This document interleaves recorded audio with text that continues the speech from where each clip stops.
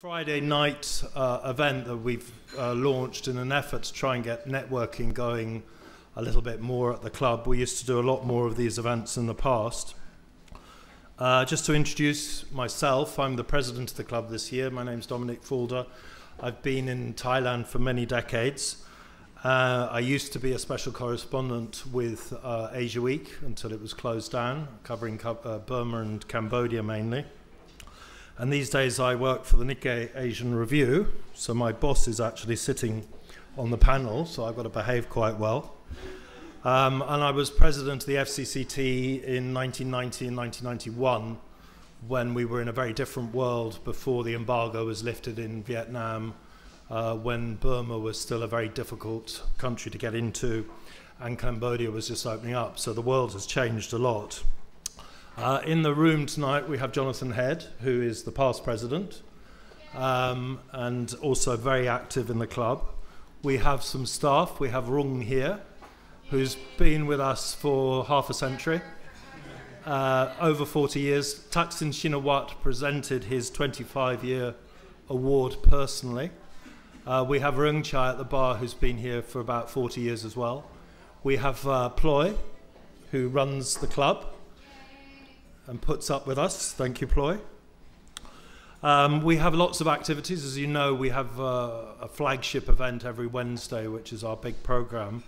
But we're actually this year celebrating the 60th anniversary of the Foreign Correspondents Club. It began somewhere around 56, 57, we're not exactly sure, but we're going to mark it. It's a very auspicious birthday in the Thai firmament, and we will be celebrating it on the 10th, Friday the 10th, mark your calendars, of November. So we'll be celebrating after the big historic event in Thailand. The atmosphere will be rising, and of course the Dusitani was the home to the Foreign Correspondents Club for about 15 years, so there'll be a big pool of sentimental reactions to that. This club kicked off, as I say, in the 50s in Patpong, in Mitsu's, a Chinese restaurant upstairs. And it was a very different operation in those days. Patpong was a very different place. It was full of offices and restaurants and quite harmless. The FCC is one of three big FCCs in Asia. We have Tokyo, Hong Kong, and Bangkok. And this one is slightly different to the others. It's less business orientated. About 1/5 of its membership is professional, so it's either correspondent or journalist. And that has a big impact on the way that it's run. We moved into this building as a result of the 1997 financial crash, because all the businesses that were operating here went bust, and the building was literally empty, and the landlord had the idea of inviting media operations to come in. So AsiaWorks was the first big company that's still there on the corridor, and this whole top corridor is the Fleet Street of television in Asia. They're all down there, and the BBC has its enormous bureau next door, which if you want you will be able to go and tour. So just briefly, we do these programs on Wednesdays. We do documentaries on Monday nights, which are very popular and well attended. We do regular exhibitions to support photojournalists who are having a very, very hard time of it. And we try and keep our entry fees for functions high, so that you will become a member of the club and join as you have done, because our membership fees are actually extremely low and good value. At present, our membership is about 800, which is actually very substantial, and it's been rocking around there for quite some time. Within that, we have 82 correspondents at the moment and 61 journalists, and it's the journalists that we've lost. In the last 4 or 5 years, our membership numbers have gone down from about 150 to 60, and that is the group that is really impacted by the changes in the media. These are the people that we're reaching out to and trying to encourage to use us. The club also engages in professional activities. So if you look at our constitution, it's one of our purposes is to interact with government organisations. So that means the Public Relations Department, that means the Ministry of Foreign Affairs.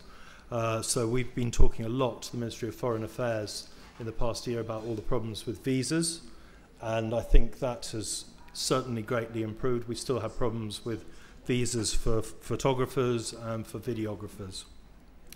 And we're also talking to them at the moment about PPE, which is personal protection equipment, and flak jackets. And we're trying to use the Ministry of Foreign Affairs to get us in to talk to the military to get the rules relaxed so that people can operate effectively. Bangkok is an extremely dysfunctional city. So something like the Foreign Correspondents Club does have a big role to play. You can exist in Bangkok and there are people that you like enormously who you simply will not see for 6 months because it's impractical. You can't organise more than one appointment in half a day.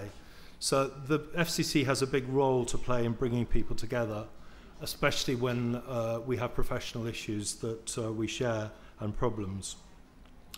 At the moment, the club is undergoing a fairly major renovation. So we've spent money in the last year, maybe 1 million baht, on air conditioning that actually works, flooring that's nice, repainting the place, doing the veranda, a huge number of little things that all add up to a better place. We've brought in a consulting company to look at the way we operate, the way we run our F&B, how we can improve ourselves. We have Michael Clark at the back there, who's, despite his name, is in fact a Dane, and his business partner is a Dane. They're known as the Vikings, and they circulate and look to upgrade the place.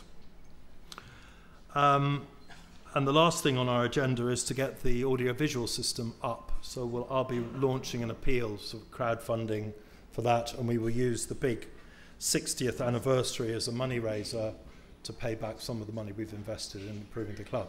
Right, we have 3 guests who are going to talk about their experiences, but before we do that, I'd like to go around the room and have all the new correspondents and new journalists just briefly introduce themselves and say who they are. Can you handle that, Jonathan? So in the past 18 months, if you bear in mind the figures I've given you of 81 plus 60, it's about 140 correspondents or journalists. In the last 18 months, we've had 60 new ones. So that gives you an idea of the turnover. And at the moment, we're in a kind of recovery period and getting more people to come in. So right, Jonathan's got the microphone. All right, I'm Jonathan Hitt from the BBC. I've been here a very long time, off and on. Can I pass the mic to Warden? I'm Eunice from Inquirer.net. From Inquirer.net? Yes.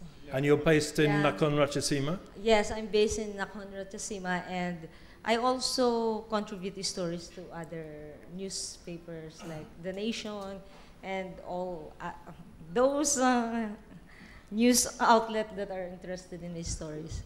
But I've been in the Inquirer for the past 7 years. I think you missed one already. Hi everybody, my name's Dave Foster. I'm a freelance photographer, videographer from the USA. Been here for a year now. Bye. Well, welcome. Jim, we know. Anyone new here? You're new. Here we've got Annie from Asia Times and Kenny. Hello. Who's come over from Hong Kong, so just bolstering Asia Times. We're over just across there. Who are you? My name's Jim Pollard. I used to be on The Nation for a very used to be on the board of the club. It's embarrassing, isn't it? Yeah.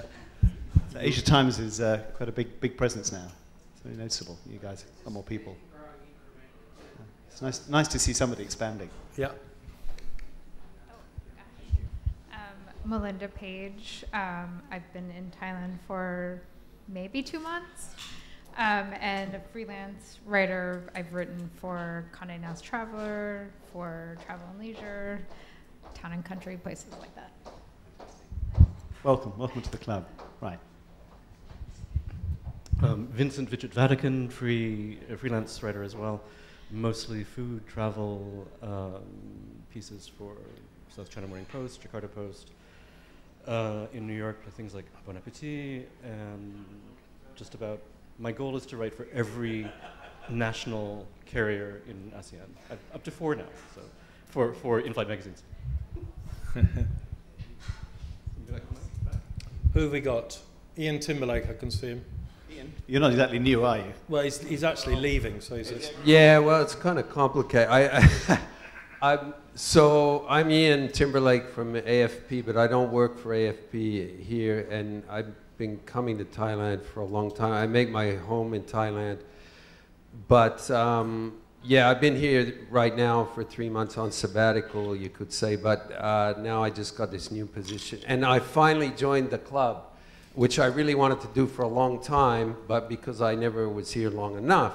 So finally I did, but now I got to leave again because I got this new position in Washington. So, but anyway, I'll still be coming back. I'll still be coming back when I can, you know, so, because my home is here, so. Thanks. Ian, who will you be working with in Washington still, from AFP? Still with AFP as... and who will you be working with? Susan Stummy, Chris Otten, Hervé Roche. There's one other. Paul Hanley. Yeah, sorry, forgot the most important one. Yeah, yeah. Say hello to Faraz. I sure will. Yes. So there's Jason at the back there. Jason. Hello, I'm Jason. I'm a freelance writer here. I used to write here years ago for various magazines, like Bangkok 101, Bangkok Trader, stuff like that, and also I used to work for Dominic. Now I write freelance, mostly online for various people. Right. Anyone else not had a say? Who we don't know? We've got some people here. Well, none of them are new. None of them are new. No, Zipporah is the new media that is true. magnate Come on, for you better the FCCT, so she better say stand up and take a twirl. Great. Hello, everyone. My name's Sephora. I'm basically part of the furniture. I work for the ILO and I guess the FCCT. So if you come in the daytime, you can see me. I'm always sitting in the back with tea. We can share tea if you want some. Right, who else have we got? New correspondents, new journalists. Don't be shy. Anyone else not had their say? No, all done. Yes, you qualify, you're new. Come on, well, you haven't actually stood up and said who you are yet at the club, though most people do know. Hi, my name is Chon Thanatkan. My job title is I'm a nightlife writer for BK magazine. So I look after the alcohol section and bars and music scene. But I also like to come here for the politics panel discussion a lot, and I do interviews for BK magazine as well. On page 3, we've got the interview page. And I've interviewed like some political activists and human rights activists and whatnot. That's my personal interest that I inject to the lifestyle magazine.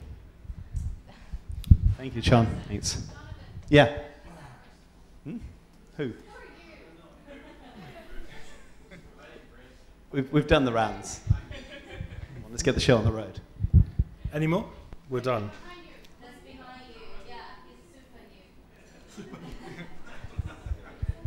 Hello, my name is Christophe. I'm the chief editor from a magazine called Latitudes. Maybe some of you know it already because it's distributed here in FCCT. It's a French magazine, so pardon my French, my accent. It's a bilingual magazine, a bi-monthly bilingual magazine. So it's a French magazine, but it's also in English. So I guess all of you can read it. They run out here, but I brought 5 of them, so if you want to have a look, then feel free. And have a nice evening. Thank you. Bienvenue. Who else have we got? Anybody else? There's a Danish correspondent lurking at the bar, I can see. Anyone want to say? Put your hand up.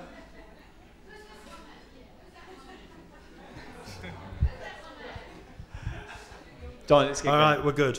So this evening we have three senior journalists from the very formal side of journalism. We have Matthew Tostevin on my right, who's the bureau chief for Thailand, Vietnam, Cambodia and Laos.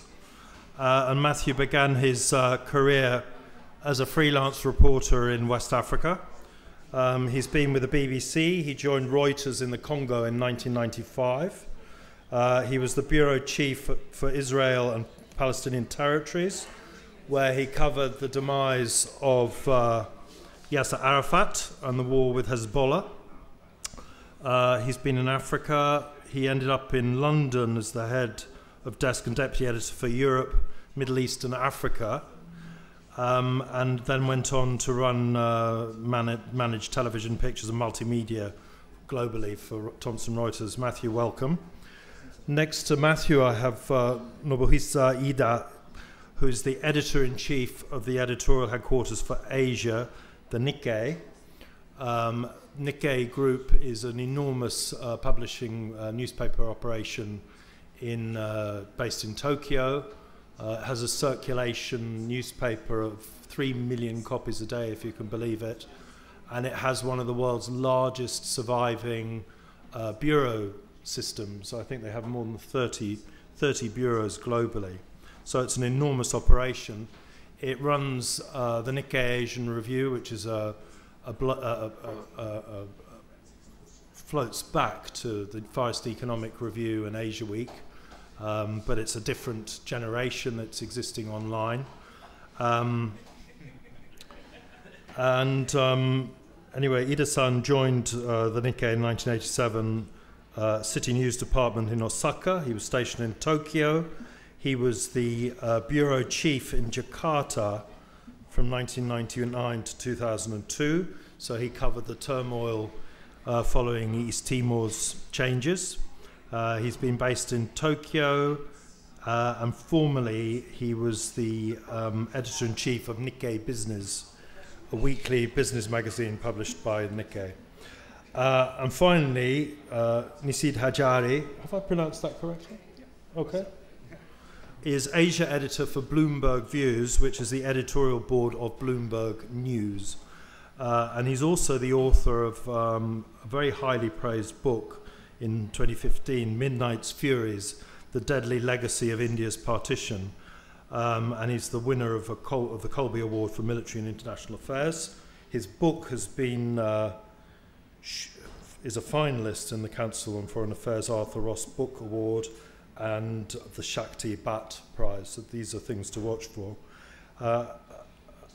Nisid writes columns on politics, history and economics, and he edits the Bloomberg commentary section from Asia.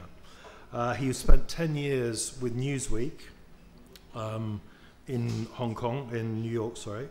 And prior to that, from 1997 to 2001, he was a writer and editor for Time Asia Pacific edition, which was in Hong Kong in those days. And this is what interests me. In an earlier incarnation, he was a rock critic for Entertainment Weekly and a book critic for the Village Voice Literary Supplement. So there's hope for everybody. I mean, that's really... So anyway, I'm going to do this chronologically and start with Matthew, because he's the old hand. You've actually been here since, was it February? Yeah, actually January even. I mean, I felt, I mean, it's a bit fraudulent saying that I'm a new person here, because I've actually been here for 9 months or so now. But at the same time, I'm new to the region as well. It's my first time working in Asia. And even 9 months in Bangkok, it doesn't reveal a huge amount to you, I don't think, about what's going on here or in the broader region. And I would say that Dominic, thanks to you and thanks to other members of the club here and things as well, for all the help for somebody who is arriving fairly new in kind of getting their feet under the table and starting to try and sort of peel back the layers of the onion to realize what's really going on. And of course, there are ever more layers and things to peel back than you can really get to. But I found the FCCT a really valuable place to meet people and to come along to events and things as well, to hear from people who about a range of things which have really sort of helped to kind of inform my reporting and things, have really helped to kind of inform my reporting and things too. So I'm based here in Bangkok. I've been with Reuters for more than 20 years.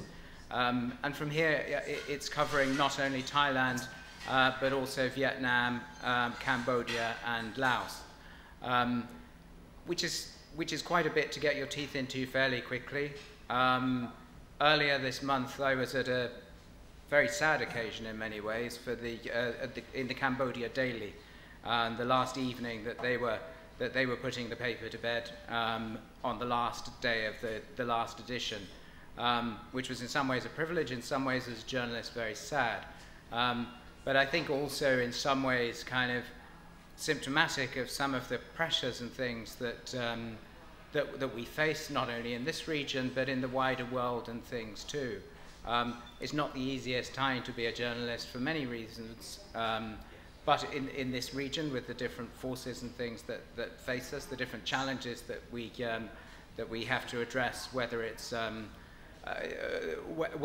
the different laws and things which make life more difficult, whether it's access to information, whether it's personal security, they're all big challenges, and big challenges which I think as sort of correspondents from foreign organizations and blessed foreign organizations in many ways, we have to meet, but we also have to have the obligation to make sure that our sort of reporting lives up to the requirements that we need to meet, and to make sure that in a world where everyone may be finding it tougher to do their jobs because of different pressures, we're able to tell stories that other people, particularly people in local journals and things, might be finding harder to do. So one of the reasons I was very keen to come out to this part of the region as well, to this part of the world, is because of the different sort of themes and currents that we've got to cover at the moment. It may not be the part of the world which always gets the greatest attention, but if you look at the big themes playing out of sort of authoritarianism versus libertarianism, of the rise of China and the possible retreat of the US, of free trade versus protectionism, of sort of really exciting things going on with technology, and wars which are based on age-old religion and things. There's a huge amount here for us to cover, and it's a really good time for a journalist to be here. I'm very lucky as well to be part of the Reuters team, because it means that there are people with vastly more experience and knowledge than I've got to make sure that we are breaking news and that we're covering news, and that we're able to do that in line with the sort of standards and things that we set in terms of accuracy and independence and freedom from bias. But also very privileged in that sense, in that I work for a company at a very tough time for journalism, which has still got very much the resources to be able to cover stories, not only to sort of serve our subscribers, whether they're people who are trading, investing based on our financial information, or whether it's serving the world's broadcasters with television pictures or still pictures or text and things, but also very much dedicated to making sure that we're able to tell the world's stories from places that others may not find it as easy to get to, and also to build a very strong network of global correspondents from everywhere around the world, to be able to ensure that our news is really kind of taking on the kind of different perspectives and things as well. So I think particularly at a time when we're under pressure, not just from governments, not just from rules, not just from those things, but also commercially. If you look at the sort of proliferation of news from multiple sources, which has certainly made life a lot more challenging than it was when I started out. I mean, when I started reporting and things, I mean, it was pretty much enough to sort of be in the place and be able to sort of communicate your story well enough to be a correspondent. I knew that my editor would probably have read the British papers and would have listened to the BBC, but wouldn't have got any much information from elsewhere. Now I know when I wake up in the morning that she's got information from everywhere around the world, has probably read vastly more than me, and wants to know why I've not covered it yet. So there's a huge amount of pressure to be fast. But I think more than anything, and in everything we do, And everything we try and emphasize is much more important to make sure that what we're doing is accurate, making sure that what we're doing can be trusted, which for us at Reuters is very much, is not just something that we stand by and believe in, but is very much a sort of selling point, and is the sort of and is the underpinning of our sort of commercial profitability as well, in a world where there are so many untrustworthy sources, to be able to try and at least cut through as much as we can, which of course isn't to say that everyone else in the room isn't doing that too, but to try and make sure that we're as accurate as possible, as well as fast. Great, thanks. Just a little bit of noise at the bar, if you can keep it down, thanks. So Iida-san, Nikkei, a huge organization which maybe not a lot of people in this room know about. Maybe you can fill us in. Can you keep it down at the bar, please? Thank you, Dominic. Dominic said I'm his boss, but I think he is my boss. Okay. Because he's living here much longer than me. I've already been here more than 5 months, so that's why it's not new. This is my second time to work overseas. The first one is Dominic mentioned. I worked in Jakarta 15 years ago, and since then I have been only in Tokyo to cover the business news, and but I'm very much excited to come here to cover the various exciting business news happening in Southeast Asia and also in India. My position is as editor-in-chief. Editorial headquarters for Asia is to oversee or to supervise our correspondent at each bureau through Asia, to encourage to cover a lot of more interesting news to deliver to all over the world through our English media, Nikkei Asian Review. This is a printed edition, but mainly our Nikkei Asian Review is on website, asia.nikkei.com. And our Nikkei is more than 140 years history, but almost our history is only in Japanese newspaper. This Nikkei Asian Review is only 4 years old.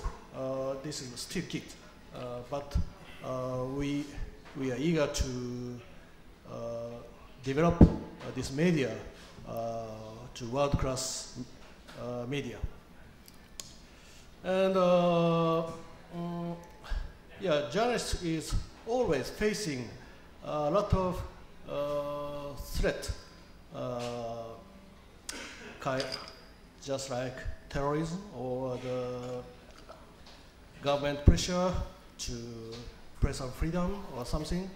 But I think I am very lucky to live here, because I don't need to be afraid of threat of missile by North Korea. If I were in Tokyo, I'm always afraid of missile. So this morning also, many Japanese people had to be awakened by J alert. Actually, before 7 o'clock, the missile fly over to Hokkaido. So, okay. Yeah, actually, we have to face many threats, even though in Thailand, but maybe most dangerous area is in Japan, I think so. Thank you. I don't know. I mean, those North Korean navigation systems are a bit wonky. I mean, they might not be as safe as we all think here.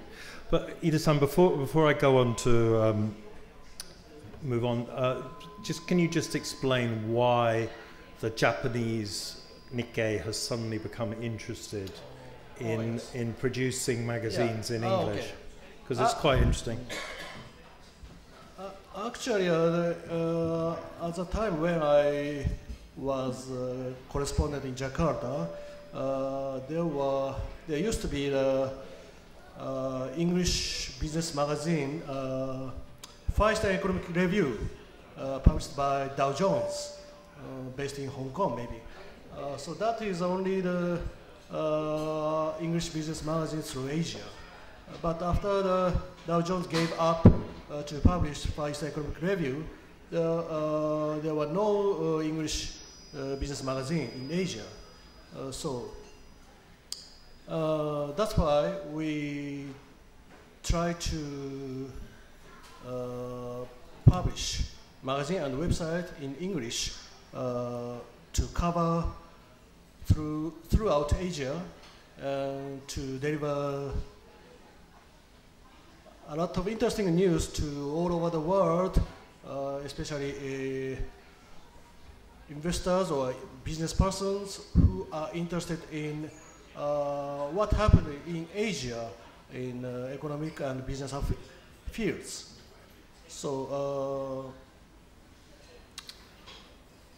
yeah, actually 2 years ago, Financial Times joined to Nikkei, and many colleagues now working in Tokyo, and they say everybody says our network in Asia is the most in all media in the world. So we have a great potential to attract new readers from all over the world. So that is our great challenge. Yeah, I cannot say it's successful, but in the near future, we believe our challenge must become success. Yes, we all pray. Yeah, that's very big budget. But it's an extraordinary experiment, and revisiting these old magazine models, which always had readers. The problem was never having enough readers, it was having a business model that worked, so that we're still interested in that. Anyway, Nisi, can you tell us what has brought you to the heart of Asia? Yeah, well, I should say that I feel great sympathy as a veteran of news magazines. 15 years, the wrestling with that business model is a tough challenge. But I think I'm the newest person here. My wife, Melinda, and I just moved here barely 2 months ago. And I work with Bloomberg View, which is the opinion section of Bloomberg. We're essentially the editorial board. So I write the editorials, the leaders, as the Brits would call it, and I edit our op-ed columnists and our regular staff columnists. So it's a regional job. You know, I write about Japan, I write about North Korea, I write about Afghanistan, India. And we've been based in Singapore the last 4 years, and we just moved here partly because Singapore. Right. I think you've probably all spent a lot of time there. It's a lovely place to live, but a little small. And being in a place like Bangkok, which is very central, as central as Singapore, but has a more interesting local story, has more interesting local culture, I think, and a more interesting hinterland was appealing to us. And so we decided to move here for sort of personal reasons, but. It also is it's sort of a testament to the Bloomberg network as well. I mean, so Bloomberg View is just a kind of corner of Bloomberg News, which is this massive organization like Reuters, like Nikkei, 2,500 journalists around the world. And I work in the Bloomberg News Bureau here, where we've got 8 to 10 people. We had 60 or 70 journalists just in Singapore, another 80 in Hong Kong, another 80 or so in Tokyo, and it's quite comforting to be part of this huge network of journalists that, you know, as you say, I worked at Time and Newsweek at a time when news magazines were both flourishing, so I saw the sort of high points, and then through the 2000s saw a struggle with this business model, saw us close a lot of bureaus. You know, we had maybe 20, at Newsweek, maybe 20, 25 journalists just in Asia when I started in 2001, and we're down to just a couple by the end. So it's interesting that I think, you know, all three of us up here work for business publications, right? Which is a testament to you know, who's willing to pay for this kind of material. But at the same time, we do Bloomberg News obviously covers finance and economy and companies, and does politics and general news when it affects those things. But Bloomberg View is a very broad-ranging area. I cover everything from environment to climate to politics to the economy, obviously, and it shows sort of both the ambition of Bloomberg, but also the sort of, I think, a sense of responsibility that we feel that we have these resources. We have certain standards that I think people can believe in, like these other publications. And you know, it's up to us to sort of keep covering these stories where other people maybe can't, and where you can't have, you know, you're not going to have 20 journalists flying in to cover the Rohingya story. But if you can do it, then you should.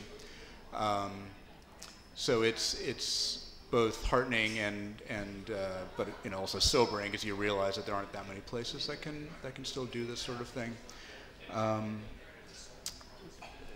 And yeah, other than that, it is interesting being back in Thailand. So I moved to Hong Kong in 1997 to cover the handover, thinking that was going to be the big story of the year. And you know, within about 6 to 8 months, we realized that the collapse of the baht was actually the story and would be the story for the next few years.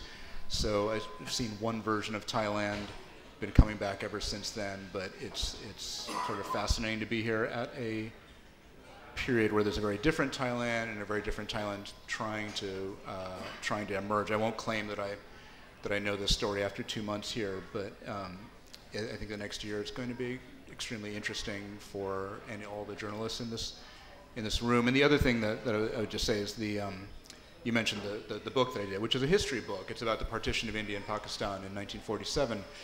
But it's eerie how many parallels you still see to what's happening today. I mean, just watching the videos of the Burmese army burning villages in Rakhine State. It's a bit noisy at the bar. If you could just keep it down, please. Those are the same images that I would see in still photographs when I was researching my book of the ethnic cleansing that was taking place along the border of what would become India and Pakistan in 1947. And the same things would happen back then. You would have rumors flying around, people fleeing their homes in terror, people, you know, mobs growing because they've heard that someone's been raped here or someone's been killed there. But you know, back then news had to be transmitted by newspaper or by telegram or even just by hand. And now everything's done by Facebook and it's instantaneous, and you have these sort of pockets of violence that blow up very quickly. And the one lesson that I learned from doing that book was that the great failure that caused the violence, the riots, the million deaths, was a failure of political leadership, was a failure of leaders to step in immediately, to rein in their followers, to condemn what was happening, and to bring law enforcement to bear and the military to bear in a sober and proper way. And it's dismaying to see us just repeating those same errors 70 years later. It's on the way. Good. Well, we have a microphone there, so if anybody would like to just chip in and ask a question or two, they're very welcome to. They're all stunned into silence. Do you gentlemen worry about running out of readers? We had a night here on media, and we had a whole table of students, 12 of them sitting there. And I said to them, how many of you read newspapers? And only one put their hand up, just one. And so I thought, well, that was encouraging. And I said, well, why do you read newspapers? And she said, well, my grandmother buys it, so I have a look at it. So she wasn't a committed reader. I mean, we're talking about business models, but we are undergoing radical change. People don't want to pay for information. They don't. Bloomberg doesn't exist on newspapers. You exist on screens. We do. We syndicate. So we are Bloomberg View, for instance, is on the op-ed that makes pages. money. Yeah. It would be the interesting question would be whether they read news rather than newspapers, because I think what's happening now is they're reading everything that we're writing, but maybe they're getting it through Facebook, or they're getting it on Twitter, or they're just reading individual articles rather than going to a place and paying for it and getting everything that you offer. I mean, I think we do. Everyone's struggling. Bloomberg is fortunate that our business model is not necessarily based on the journalism, right? I mean, we make most of our money off these Bloomberg terminals that we sell to people in finance. But I think everyone's working towards a model where you get people to pay for your quality content and pay for access to it. And it's working for people with good quality, right? The New York Times, The Economist, people will pay for that stuff. And once you reduce your production costs enough to the point where you can be sustained by that revenue, then I think we'll be okay. But that need for that kind of information, the desire to read, I think that hasn't flagged. Great. Well, everybody's quiet. We have one journalist who arrived late, my daughter. She's busy doing other things. Can you just grab the microphone? He's got his uses, Jonathan. He runs around. For the Nikkei, Yes. for your bureau system, is it operating at a profit, or is it being subsidized because of some belief in some greater good?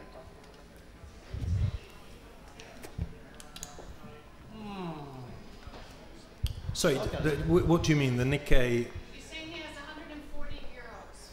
No, 30 plus. You have a large number of bureaus. When everyone else is closing their bureaus, you're maintaining or enlarging or whatever.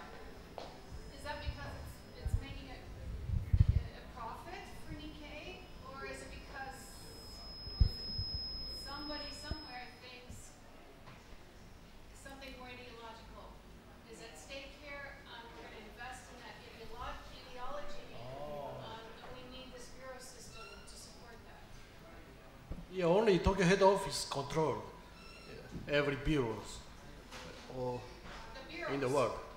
You're maintaining a bureau system when others are closing down. Yeah. Why? Why is Nikkei maintaining its bureau system? Because we are. Is it paid? No. Is it profit? We got the big profit from Japanese Nikkei newspaper. The newspaper circulates 3 million a day, which is unbelievable. You have excess funds to spend. No, but no, only a little fun. We don't get any profit from any bureau. So just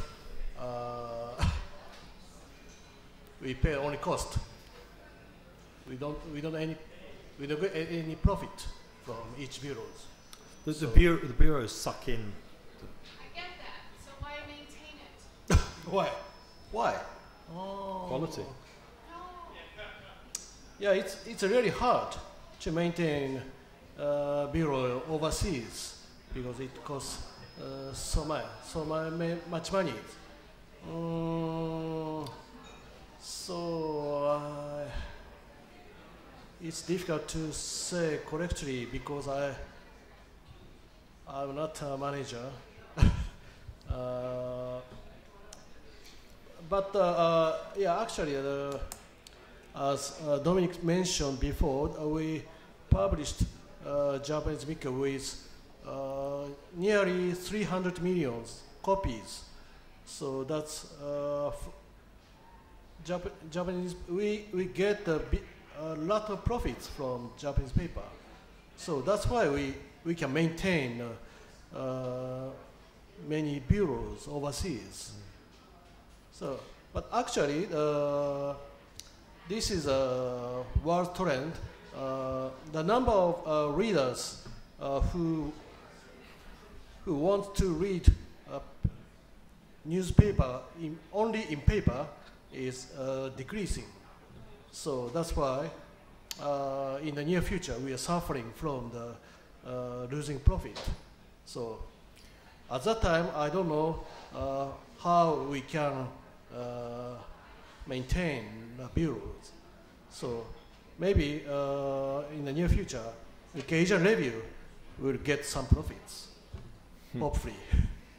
But this is a fascinating situation because Japan has this aging population who are all habituated to reading newspapers, and in the next 10 years you're just going to see 20% of them die, so that it's going to come crashing down. So all that revenue that supports the bureaus will go, and this happened to the New Yorker 20 years ago because they had this amazing profile, these people who could spend money in an unlimited way, and then they suddenly realized they were all of an age and wouldn't be around for more than another 15 years.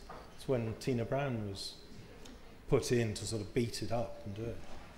Right, any more questions? Can you use, who's got the microphone? I was going to ask a question. I'm Norman Espin. I've been around here for about 30 plus years. I used to be a journalist for many years, member of the board here, and for 3 years something I was with Bloomberg. And now my own company doing just did a documentary on Thailand's economic history. But one thing I noticed about your tree sitting there is that if it was the club 30 years ago, it would probably have been Reuters, the old Reuters without Thomson in front, AP and AFP or something like that, meaning general news were the news of the day. You're all business. I mean, Reuters with Thomson in front means business comes first. Bloomberg is obviously business, and Nikkei is obviously business. And you're all the result, one way or another, of consolidation. I mean, Thomson Reuters, again, obviously. Nikkei bought the Financial Times, a small detail maybe, but very important, very significant in the world of news. And Bloomberg has grown from inside, but acquired a lot of technology and people from outside. Used to be with Bridge, and so many Bridge reporters went to Bloomberg, so it was kind of an indirect consolidation. How long do you think, each of you, looking at the situation where you are now, you look best in the world of news now, but how much even the strongest business companies like the three, you're sitting there, you're the best right now, how much longer can you resist to that shortening attention span, the Facebook, the whatever? What is your personal view on that? I'm happy to give a view on that. I mean, and yes, I suppose to some extent, the sort of Reuters that we work for now, it has changed a bit from what it used to be before, but we're still very much committed to covering political, general news stories and things as well. Business and financial news are an incredibly important part, but the other part of our business, which in some ways is also a bit of consolidation, is providing the sort of the video pictures and things that the world's broadcasters need, the pictures that you see on websites, the pictures that you still see in newspapers and things, the text and things which go to inform those, which go to inform radio stations and so on as well. Following a bit on the sort of question about the bureau network as well, because this is an important part of it. I mean, our bureau network is as big as it's ever been. Our number of journalists, I think, is slightly smaller than it was a few years ago, but it's not significantly different. And our bureau network is absolutely vital for us in having people in lots of places who can serve those different interests, who can report on the latest decisions or announcements that are going to move currencies or stocks or commodity prices, but who are also going to be providing the political stories, the general news stories, who are also going to be the photographers. I mean, real kind of the top award-winning photographers and things. The video that we see online as well as in broadcasters. And there is still a good market for that. I mean, it may be partly because of that consolidation that you do need a company like Reuters, which is then able to provide that material, so that even if you can no longer afford a bureau network, we've got somebody who's there who's able to make sure that the agency is going to give you the pictures of the day, is going to make sure that you've got the news, even if you can't actually send someone there at that time. And that's our business model essentially. It isn't something which is particularly under pressure. It's under pressure to the extent that all our customers, whether they're in banks, whether they're in asset management companies, or whether they're TV broadcasters or magazine publishers or whatever they might be, are often sort of having to find ways to sort of cut costs. But we're often one of the ways that can help them to cut those costs at times. So it's certainly not an area where we're particularly worried about that. You have to be careful about the future, but we also, we're doing lots of new things, lots of different things as well, telling stories in different ways. We've got a new sort of TV app which is sort of aimed at the consumer, tiny part of revenue and things, but it's a useful way of learning how to do new things. It's a sort of new way of getting out there, new things with graphics, more investigative reporting and things that we're investing into. So I think there's a very good future long term for certainly some companies, companies like ours possibly, which have a subscription model, which I think helps, because I think it helps to give more of that certainty than others might have. But also companies which are able to provide something that other people can trust and other people are sure about, in a world where, we're all journalists on Facebook and Twitter and things, but actually, if you're making financial decisions, or if you're publishing news to other people, you kind of want to know that those things are accurate and true. And there's a real market for that information, which is both fast and accurate. Great. Well, we have a restive audience, so I think I'm going to thank Matthew, Nisid, and Iida-san for being our guests and giving us a few insights into what lies ahead in the world of journalism. Thank you very much. The bar's open. Carry on. Is Jonathan still here? He's gone to Bangladesh. Okay, well that scuppers the tour of the BBC Bureau. But he's off to catch up with the Rohingyas. All right, thank you very much.